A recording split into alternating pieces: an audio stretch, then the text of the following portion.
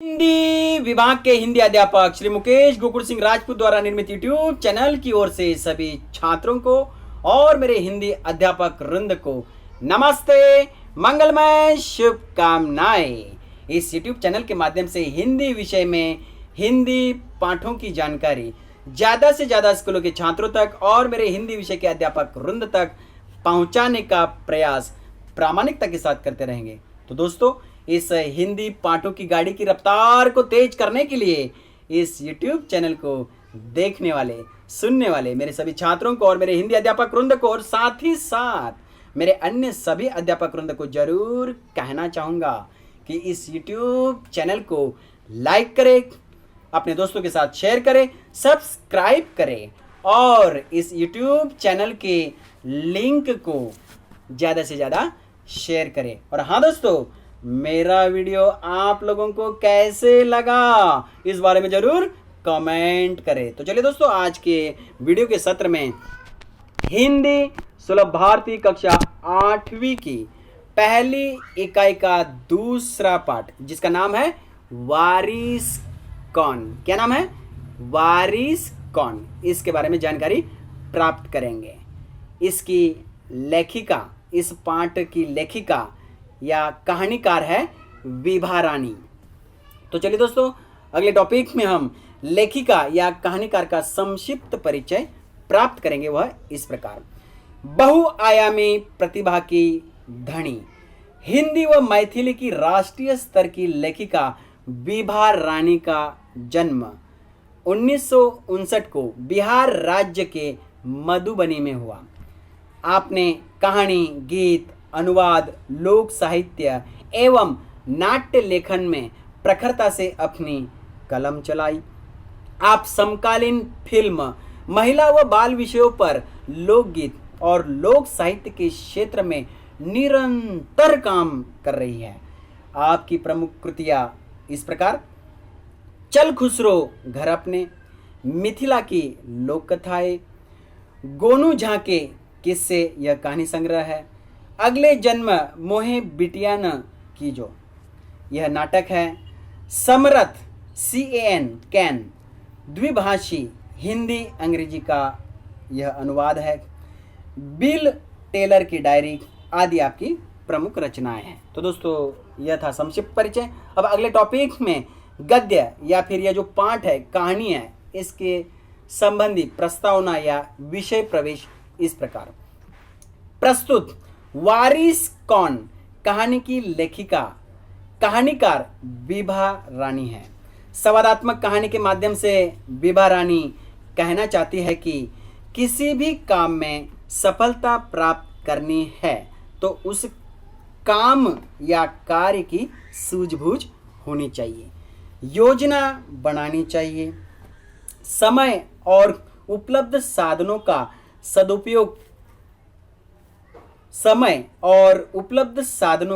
सदुपयोग करने से सफलता निश्चित रूप से प्राप्त होती है। जो ऐसा करता है वही जीवन में उत्तम फल प्राप्त करता है। प्रस्तुत कहानी में राजा ने अपने 4 पुत्रियों में से योग्य उत्तराधिकारी के चयन के लिए परीक्षा लेना और सफल राजकुमारी को राज्य का राजा बनाने का निर्णय लिया। तो दोस्तों, यह था विषय प्रवेश। अब हम अगले टॉपिक में कहानी या पाठ के पंक्तियों का मुखर वाचन करते हुए उसमें आए हुए कठिन शब्द के अर्थ, मुहावरों का अर्थ, साथ ही साथ पाठ या कहानी की पंक्तियों का सरल अर्थ मतलब स्पष्टीकरण संक्षिप्त में समझने का प्रयास करते हैं। तो चलिए दोस्तों, अगले टॉपिक में हिंदी सुलभ भारती कक्षा 8वीं की पहली इकाई का दूसरा पाठ या कहानी, जिसका नाम है वारिस कौन, लेखिका विभा रानी द्वारा लिखित संवादात्मक कहानी का शुभारंभ करते हैं। दोस्तों, यदि कक्षा 8वीं की हिंदी की किताब साथ में रखते हैं तो और भी अच्छी बात है, सोने पे सुहागा। तो चलिए हिंदी के किताब का पाठ्य पुस्तक पृष्ठ क्रमांक 3 देखिए।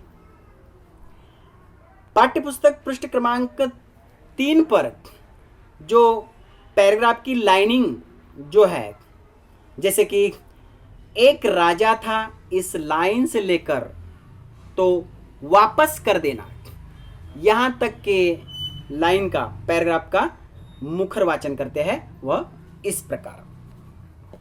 एक राजा था, उसके 4 बेटियां थी।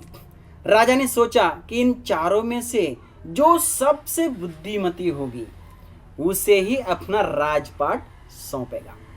इसका फैसला कैसे होगा वह सोचने लगा। अंत में उसे एक उपाय सूझ गया।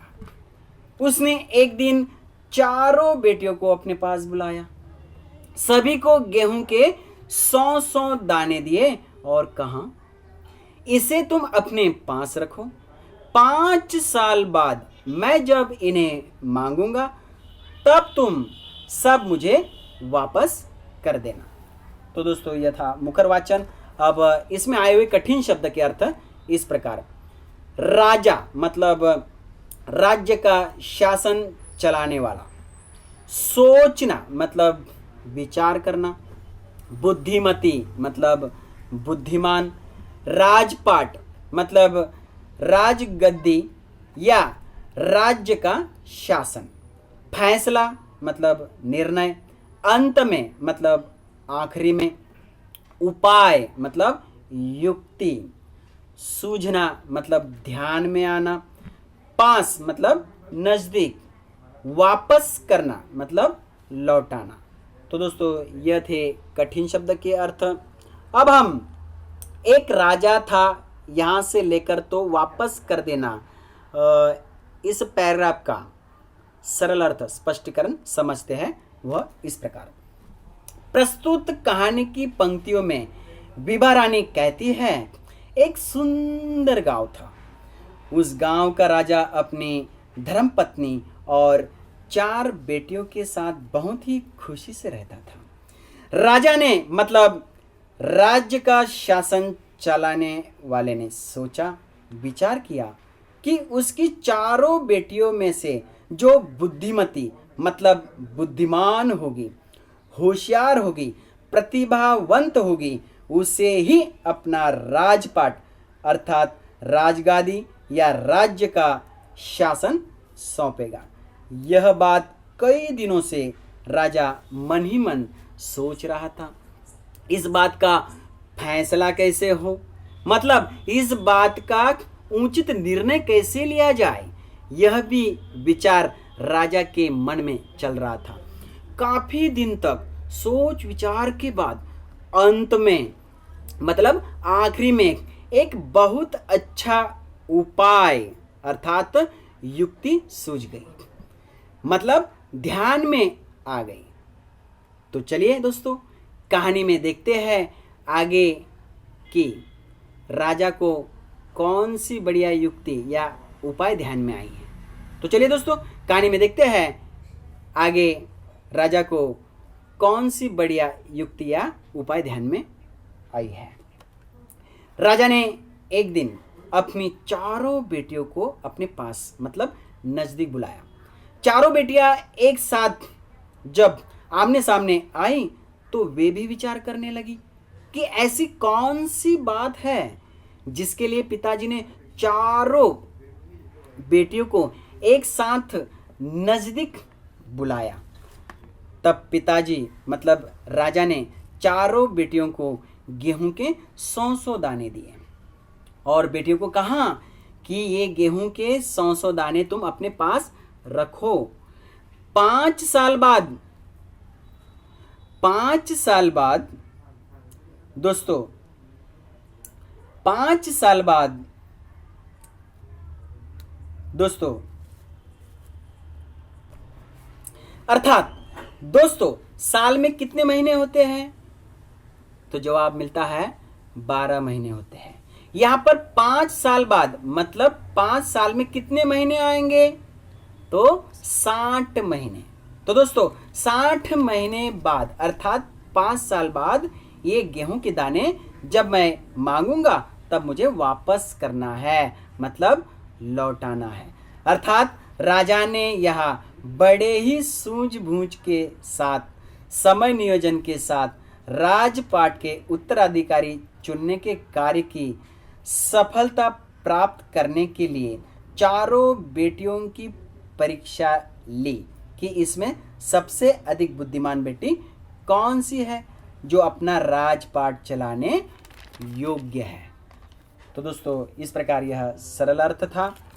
अब दोस्तों अब अगले टॉपिक में हम पाठ्य पुस्तक पृष्ठ क्रमांक 3 पर ही पैराग्राफ की लाइन देखिए दोस्तों।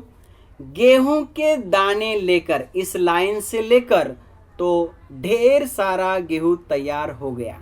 इस लाइन तक का मुखर वाचन जो है हम करते हैं वह इस प्रकार। गेहूं के दाने लेकर चारों बहनें अपने अपने कमरे में लौट आई। बड़ी बहन ने उन दानों को खिड़की से बाहर फेंक दिया। उसने सोचा आज से 5 साल बाद पिताजी को गेहूं के इन दानों की बात याद रहेगी।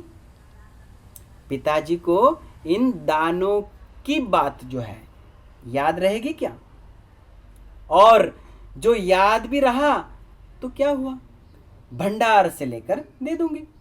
दूसरी बहन ने दानों को चांदी की एक डिब्बी में डालकर उसे मखमल के थैले में बंद करके सुरक्षा से अपनी संदूकची में डाल दिया। सोचा 5 साल बाद जब पिताजी ये दाने मांगेंगे तब उन्हें वापस कर दूंगे। तीसरी बहन बस सोचती रही कि इसका क्या करूं, इसका क्या करूं। चौथी और छोटी बहन तनिक बच्ची थी। शरारतें करना उसे बहुत पसंद था। उसे गेहूं के भुने दाने भी बहुत पसंद थे। उसने दानों को भुनवा कर खा डाला और खेल में मग्न हो गई। तीसरी राजकुमारी को इस बात का यकीन था कि पिताजी ने उन्हें यूं ही ये दाने नहीं दिए होंगे, जरूर इसके पीछे कोई मकसद होगा। पहले तो उसने भी अपनी दूसरी बहनों की तरह ही उन्हें सहेज कर रख देने की सोची, लेकिन वह ऐसा न कर सकी। 2-3 दिनों तक वह सोचती रही। फिर उसने अपने कमरे की खिड़की के पीछे वाली जमीन में वे दाने बो दिए। समय पर अंकुर फूटे, पौधे तैयार हुए, दाने निकले।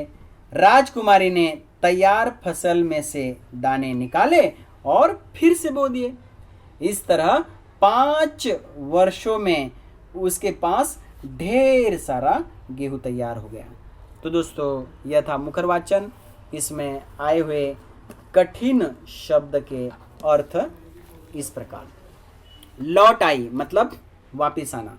भंडार मतलब अनाज से भरा घर या किसी साहित्य से भरा घर या गोदाम जिसे हम कहते हैं ना, हाँ वही। चांदी मतलब एक चमकदार धातु। मखमल मतलब रेशमी कपड़ा। संदूकची मतलब छोटा संदूक या छोटा बक्सा। सोचती रही मतलब विचार करते रही। तनिक मतलब थोड़ा। मग्न मतलब व्यस्त। यकीन मतलब विश्वास। मकसद मतलब उद्देश्य। सहेज कर मतलब संभाल कर। दाने बोना मतलब दाने या बीज जमीन में डालना। अंकुर फूटना मतलब बीज से फूटकर उगने की बीज की प्रारंभिक अवस्था। ढेर सारा मतलब लाखों लाख। तो दोस्तों ये थे कठिन शब्द के अर्थ। अब प्रस्तुत पंक्तियों का मतलब गेहूं के दाने लेकर इस लाइन से तो ढेर सारा गेहूं तैयार हो गया है, इस लाइन का सरल अर्थ अर्थात स्पष्टीकरण समझ लेते हैं। वह इस प्रकार। प्रस्तुत पंक्तियों में पैराग्राफ में कहानीकार विभा रानी कहती है, जब राजा से पिताजी से 100 गेहूं के दाने चारों बेटियों को मिले तब चारों बहनें एक दूसरे की तरफ देख रही थी। उनके चेहरों से पता चलता था कि चारों बहनें जरूर कुछ न कुछ सोच रही है। फिर चारों बहनें अपने अपने कमरे में लौट आई मतलब वापिस आ गई। दोस्तों आगे कहानी में सुनते हैं कि चारों बहनों ने 100 गेहूं के दानों का क्या किया। सबसे बड़ी बहन मतलब पहली बहन ने गेहूं के दानों को खिड़की से बाहर फेंक दिया, क्योंकि उसने सोचा था कि आज से 5 साल बाद भला पिताजी को 100 गेहूं के दानों की याद कैसे क्या रहेगी। और मान लो याद भी रहा तो क्या हुआ, इसमें डरने वाली कौन सी बात है। अपने राज्य के भंडार से मतलब अनाज से भरा घर से या गोदाम से लाकर दे दूंगी। अर्थात पहली बहन बड़ी बहन अपने बुद्धि को जोर देते हुए गहराई से नहीं सोचती और बिंदास्त होकर गेहूं के दाने खिड़की से बाहर फेंक देती है। दोस्तों, दूसरी बहन कुछ विचारशील दिखती है। उसने गेहूं के 100 दानों को चांदी मतलब चमकता हुआ धातु के एक छोटी डिब्बी में डालकर उसे मखमल मतलब रेशमी कपड़े के थैले में बंद करके बड़े ही जतन से सुरक्षा से अपनी संदूकची अर्थात छोटी संदूक में या छोटे बक्से में डाल देती है और सोचती है, विचार करती है, 5 साल बाद पिताजी जब ये गेहूं के 100 दाने मांगेंगे तो बड़े ही सुरक्षितता के साथ उन्हें गेहूं के दाने वापिस कर दूंगी, लौटा दूंगी। अर्थात दोस्तों, पहली बहन मतलब बड़ी बहन की तुलना में दूसरी बहन थोड़ी फिक्र वाली थी, विचारशील थी, इसलिए वह गेहूं के दाने संभाल कर रखती है। दोस्तों, तीसरी बहन गेहूं के 100 दाने के बारे में बहुत सोचती रही कि पिताजी ने दिए हुए गेहूं के दानों का क्या करूं। लेकिन दोस्तों, चौथी बहन सबसे छोटी थी, तनिक बच्ची थी, अर्थात थोड़ी बच्ची ही थी। इतना ही नहीं तो नटखट थी, हमेशा घर में शरारतें करती रहती थी। और हाँ दोस्तों, उसे गेहूं के भुने अर्थात सेके हुए दाने बहुत पसंद थे। जैसे दोस्तों, सेके हुए मक्का या भुट्टे लोग बहुत पसंद के साथ खाते हैं ना, या फिर किसी को बाजरा या चने के दाने खाने की आदत होती है, वैसे ही आदत चौथी बहन को थी। इसलिए उसने गेहूं के दानों को भुनवा कर मतलब सेक कर खा गई और खेल कूद में मग्न हो गई, व्यस्त हो गई। अर्थात चौथी बहन छोटी बच्ची होने के कारण उसके बुद्धि के हिसाब से वह सोच न सकी और ऊपर से शरारती होने के कारण गेहूं के दाने भुनवा कर मतलब सेक कर खा जाती है। तीसरी राजकुमारी जो गेहूं के दानों के बारे में बहुत सोच रही थी, क्योंकि दोस्तों उसे इस बात का यकीन था मतलब विश्वास था, पिताजी ने बड़े ही सोच समझ कर ये गेहूं के दाने दिए होंगे, ऐसे ही नहीं दिए होंगे, जरूर इसके पीछे कोई बड़ा मकसद मतलब उद्देश्य होगा। बिना उद्देश्य के भला पिताजी गेहूं के दाने देते क्यों। शुरू में मतलब पहले में उसने भी अपनी बहनों की तरह विशेषकर दूसरे बहन की तरह गेहूं के दाने सहज कर अर्थात संभाल कर रख देने की बात सोची, लेकिन वह ऐसा न कर सकी। 2-3 दिनों तक वह सोचती रही, विचार करती रही, मंथन करती रही, फिर अंत में अपनी बुद्धि चातुर्य से फैसला लेती है अर्थात निर्णय लेती है कि क्यों न इन दानों को जमीन में बो दिया जाए, जिससे गेहूं की नई फसल आएगी, जो 100 दानों से भी ज्यादा गेहूं हो जाएंगे। यही विचार उसके मन में आया। फिर उसने सचमुच अपने कमरे की खिड़की के पीछे वाले जमीन में वे 100 गेहूं के दाने बो दिए मतलब जमीन में डाल दिए। कुछ दिन बाद गेहूं को अंकुर फूटे अर्थात गेहूं के बीज से फूटकर छोटे छोटे पौधे तैयार हुए।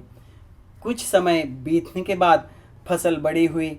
उसमें से राजकुमारी ने दाने निकाले जो 100 से सैकड़ों बन चुके थे। फिर उन दानों को फिर से बो दिया। इस प्रकार 5 साल में लाखों लाख अर्थात ढेर सारे गेहूं तैयार हो गए। अर्थात तीसरी राजकुमारी बुद्धिमान थी। उसने अपने बुद्धि का उपलब्ध साधनों का और समय का सदुपयोग करते हुए 100 गेहूं के दानों के लाखों लाख अर्थात ढेर सारे गेहूं के दाने तैयार कर लिए दोस्तों। तो चलिए दोस्तों, यह था स्पष्टीकरण। अब अगले टॉपिक में हम पाठ्य पुस्तक पृष्ठ क्रमांक 3 और 4 पर जो लाइनें हैं, 5 साल बाद राजा ने, इस पंक्ति से लेकर तो तीसरी बेटी से ही उम्मीद थी, इस पंक्ति तक का मुखर वाचन करते हैं वह इस प्रकार। तो चलिए दोस्तों, मुखर वाचन इस प्रकार। 5 साल बाद राजा ने फिर चारों बहनों को बुलाया और कहा, आज से 5 साल पहले मैंने तुम चारों को गेहूं के 100 दाने दिए थे और कहा था कि 5 साल बाद मुझे वापस करना। कहाँ है वे दाने? कहाँ है वे दाने? बड़ी राजकुमारी भंडार घर जाकर गेहूं के दाने ले आई और राजा को दे दिए।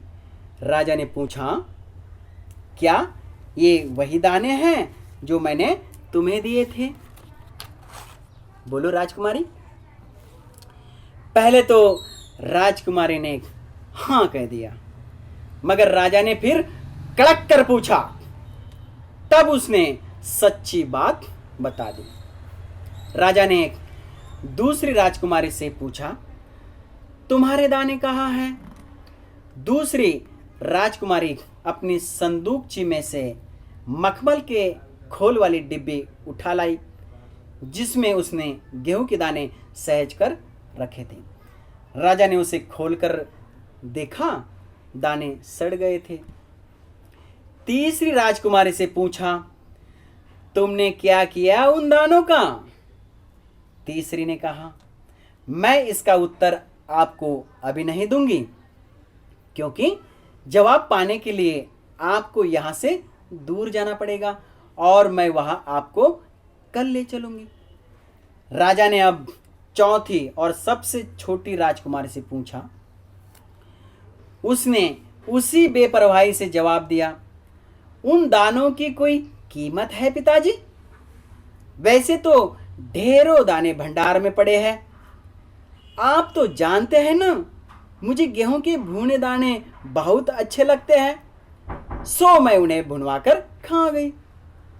आप भी पिताजी किन किन चक्करों में पड़ जाते हैं? सभी के उत्तर से राजा को बड़ी निराशा हुई।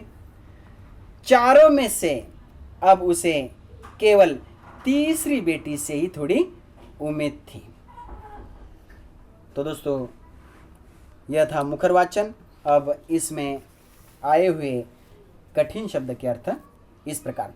कड़क कर मतलब जोर से या कठोर शब्द में। संदूकची मतलब छोटा बक्सा या छोटी संदूक। मखमल मतलब रेशमी कपड़ा। खोल वाली मतलब आवरण वाली। सहेज कर मतलब संभाल कर। सड़ना मतलब खराब होना। कल मतलब आने वाला दिन, मराठी में जिसे कहते हैं ना उद्या। हाँ और हाँ दोस्तों, हिंदी में उद्या कभी नहीं होता है।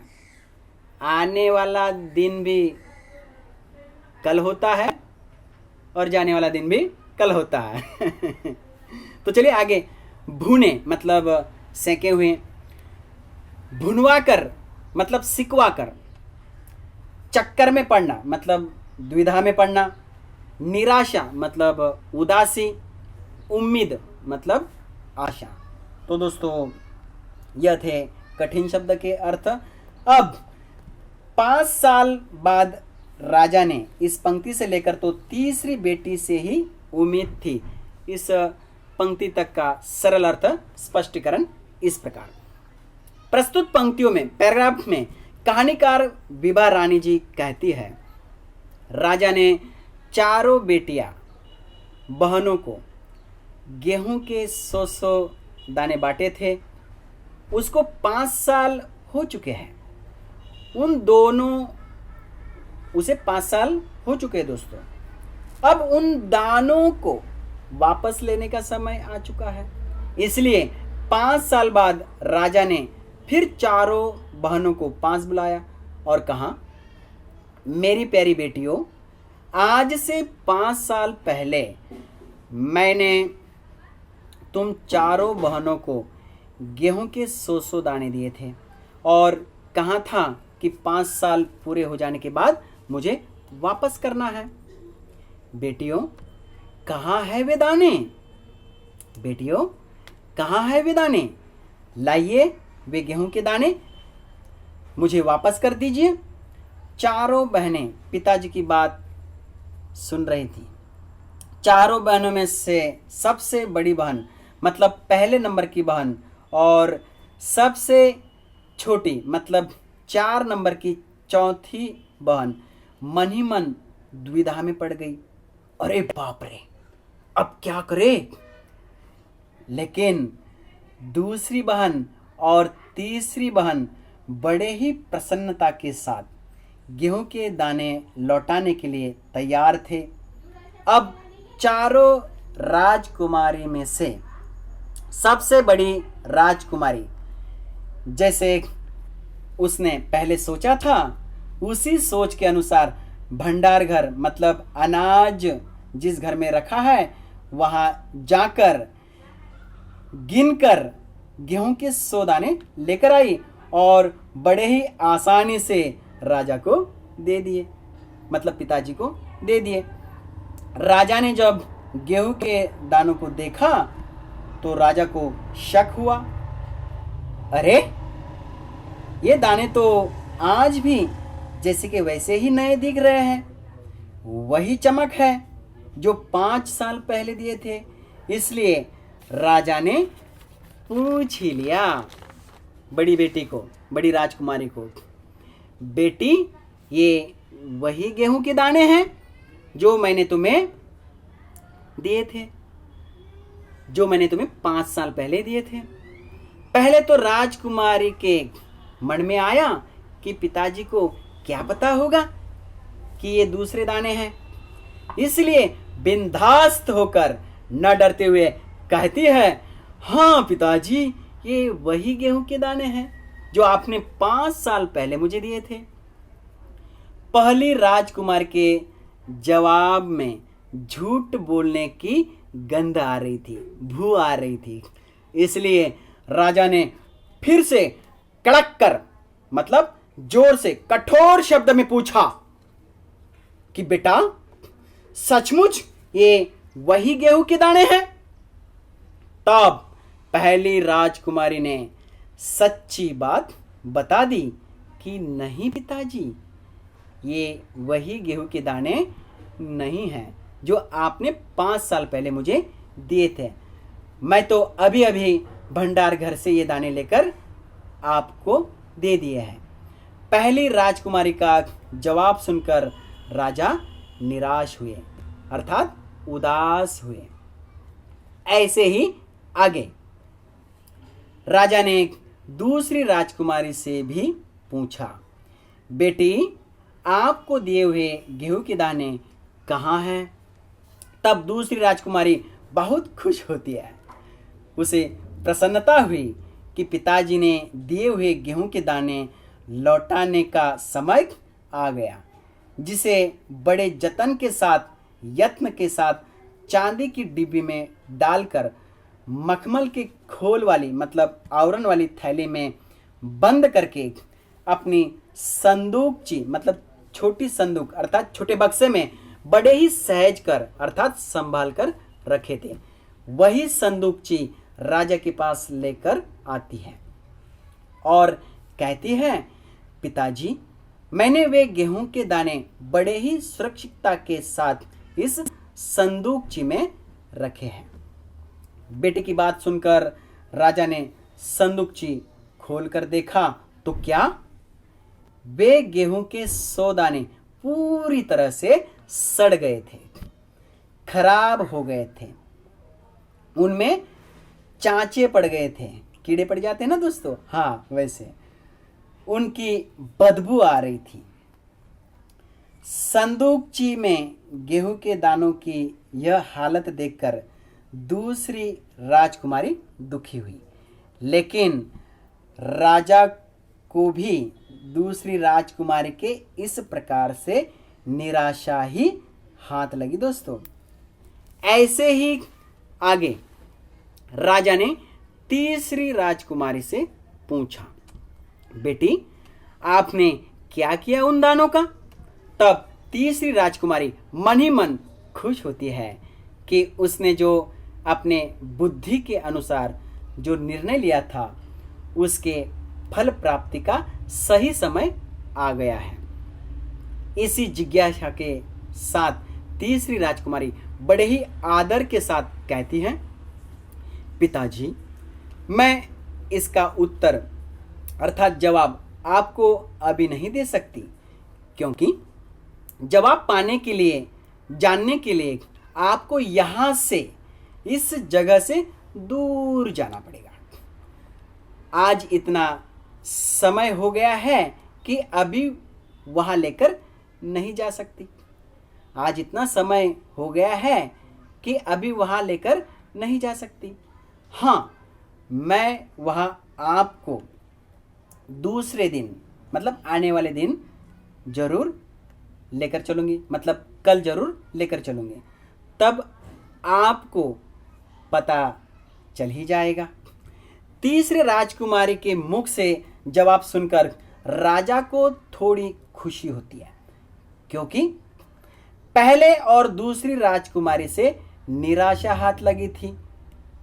ऐसे ही आगे राजा ने अब सबसे छोटी चौथी राजकुमारी से पूछा, मेरी प्यारी दुलारी लाडली बेटी, आपको दिए हुए गेहूं के दाने कहाँ हैं? छोटी बेटी तो पहले से ही शरारती नटखट थी, इसलिए बड़े ही बेपरवाही मतलब लापरवाही से जवाब देते हुए कहती है, क्या पिताजी आप भी ना ऐसी बात करते हैं, जबकि अपने भंडार घर में मतलब अनाज के घर में लाखों लाख ढेरों गेहूं के दाने पड़े हैं। उन 100 गेहूं के दानों की भला कोई कीमत है अर्थात मूल्य है? और आप तो जानते ही हैं मुझे गेहूं के भुने हुए अर्थात सेके हुए दाने कितने पसंद है, कितने अच्छे लगते हैं, इसलिए मैं उन 100 गेहूं के दानों को भुनवा कर अर्थात सिकवा कर खा गई। आप भी न पिताजी किन किन चक्करों में पड़ जाते हैं, मतलब किन किन दुविधा में पड़ जाते हैं।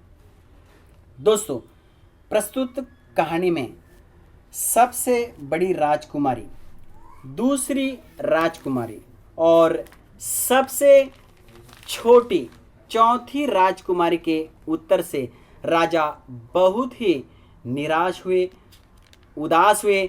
लेकिन दोस्तों चारों बेटियों में से राजा को अब केवल तीसरी बेटी मतलब तीसरी राजकुमारी से ही थोड़ी उम्मीद थी अर्थात आशा थी।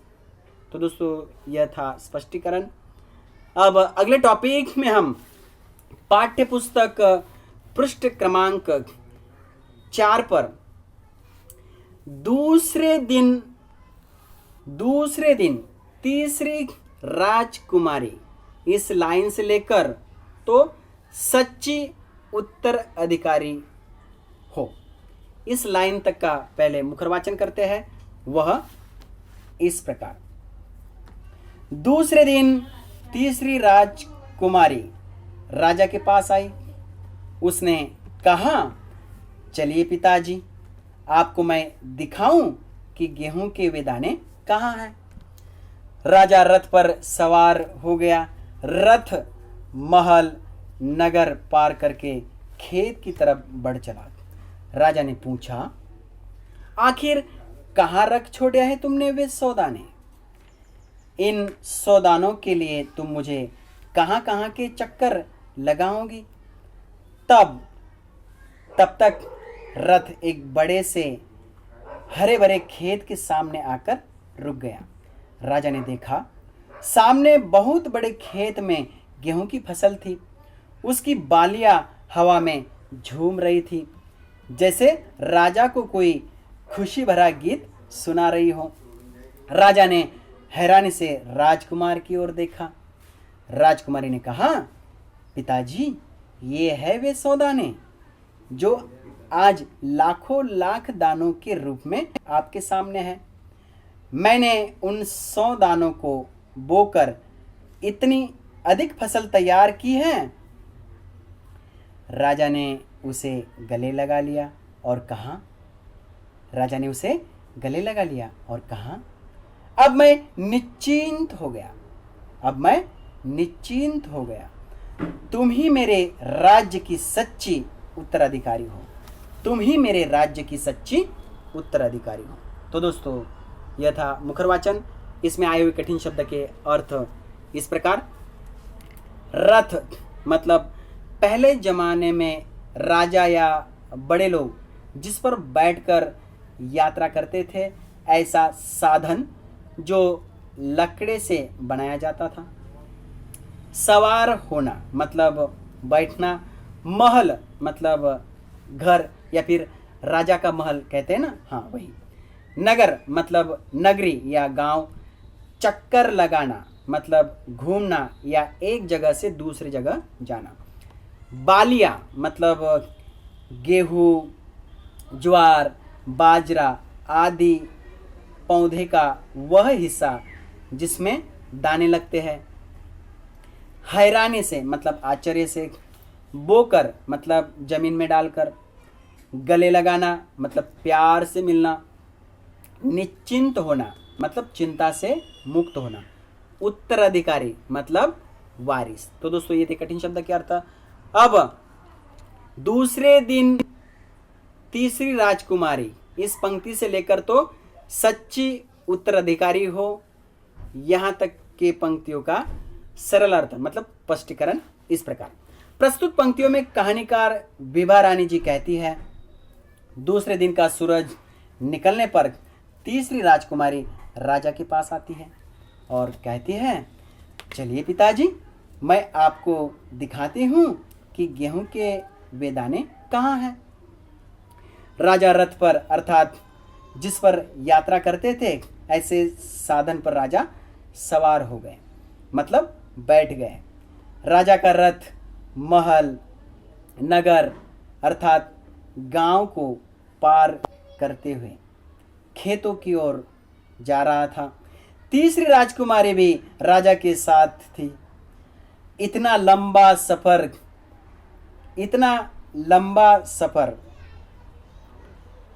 काटते गए।